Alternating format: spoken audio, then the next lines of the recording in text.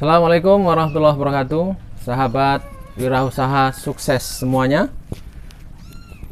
Pada kesempatan ini saya akan menjelaskan terkait dengan analisa penyebab kegagalan dalam pembuatan backlog jamur tiram.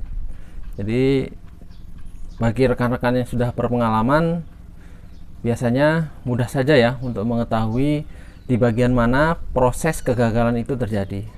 Tapi mudah-mudahan dengan pengalaman saya yang saya bagikan ini bermanfaat khususnya bagi para pemula yang sedang belajar membuat backlog jamur tiram.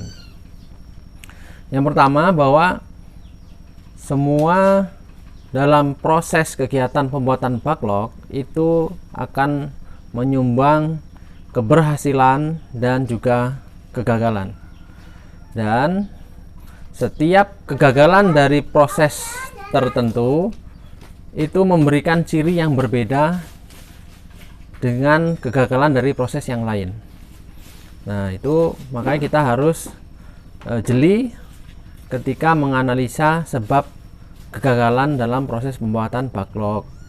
Karena apabila kita salah dalam menganalisa, kegagalannya itu nanti akan berulang-ulang. Jadi karena treatment yang kita lakukan ternyata kurang tepat. Ya, tentunya apabila kita sering gagal, cost ya atau biaya yang tidak sedikit yang kita keluarkan akibat dari kegagalan tersebut. Di sini ada sampel ya buat rekan-rekan semuanya, bisa diperhatikan. Backlog ini usia 1 minggu ya, usianya 1 minggu. Nah, kegagalannya ini terlihat jamur oncom yang tumbuh ya, saya dekatkan, ini jamur oncom ya. Di manakah proses ini terjadi kegagalannya atau penyebab gagalnya? Yang pertama, kita lihat ternyata ada sebab kebocoran ya.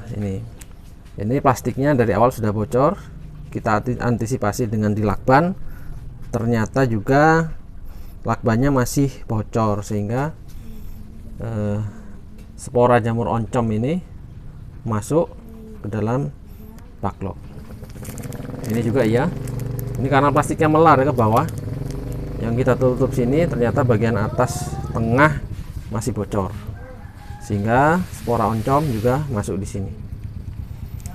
Apa bedanya kegagalan proses itu? Membedakannya dengan kegagalan karena proses sterilisasi misalnya, beda sekali ya. Apabila proses karena kebocoran, yang paling jelas sebaran dari miselium jamur liar itu menyebar dari daerah yang bocor tersebut. Sedangkan apabila kegagalan karena kurang steril, itu sebaran miselium jamur liarnya di semua bagian, atas, tengah, bawah, menyebar rata. Kemudian juga ini kita analisa, kegagalan juga bisa disebabkan faktor inokulasinya atau pembibitannya ya. Nah, di sini bagian atas ini tumbuh jamur oncomnya, dan juga di sini ada warna hijau trichoderma. Berarti dalam proses inokulasi atau pemasukan bibit ke dalam media ini ada proses yang gagal. Artinya jamur liar ikut masuk ke dalam proses tersebut. Lalu bagaimana membedakannya? Itu benar-benar dari prosesnya dibandingkan dengan karena bibitnya. Jadi saya jelaskan, kalau kegagalan karena prosesnya, maka di sisa bibit yang kita pakai itu biasanya ketika kita membuat atau inokulasi kan ada sisa ya setelah selesai. Setelah 2 hari itu normal ada miselium yang tumbuh di dalam wadah botol media bibit kita. Kalau dalam botol itu juga tumbuhnya normal, tidak ada kontaminasi di hari keduanya atau hari ketiga, berarti bibitnya bagus. Itu yang pertama.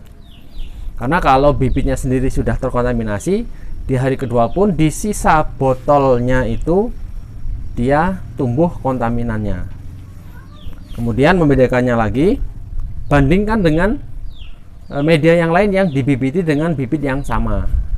Dalam satu ovenan misalkan kita buat 600 backlog, apabila dalam 600 backlog itu kegagalannya hanya sedikit, ya berarti bukan karena faktor bibitnya. Karena kalau faktor bibitnya berarti kegagalannya bisa mencapai 30 sampai 60%. Jelas, ini kegagalannya pertama karena faktor kebocoran, yang kedua faktor proses inokulasi. Baik, semoga penjelasan ini bermanfaat. Penjelasan mengenai kegagalan karena faktor kebocoran plastik dan faktor karena inokulasi bibitnya. Terima kasih, semoga bermanfaat. Bila ada pertanyaan lain atau ada saran-saran dari pengalaman yang lain, silahkan komen di bawah dan dukung channel kami dengan like and subscribe. Assalamualaikum warahmatullahi wabarakatuh.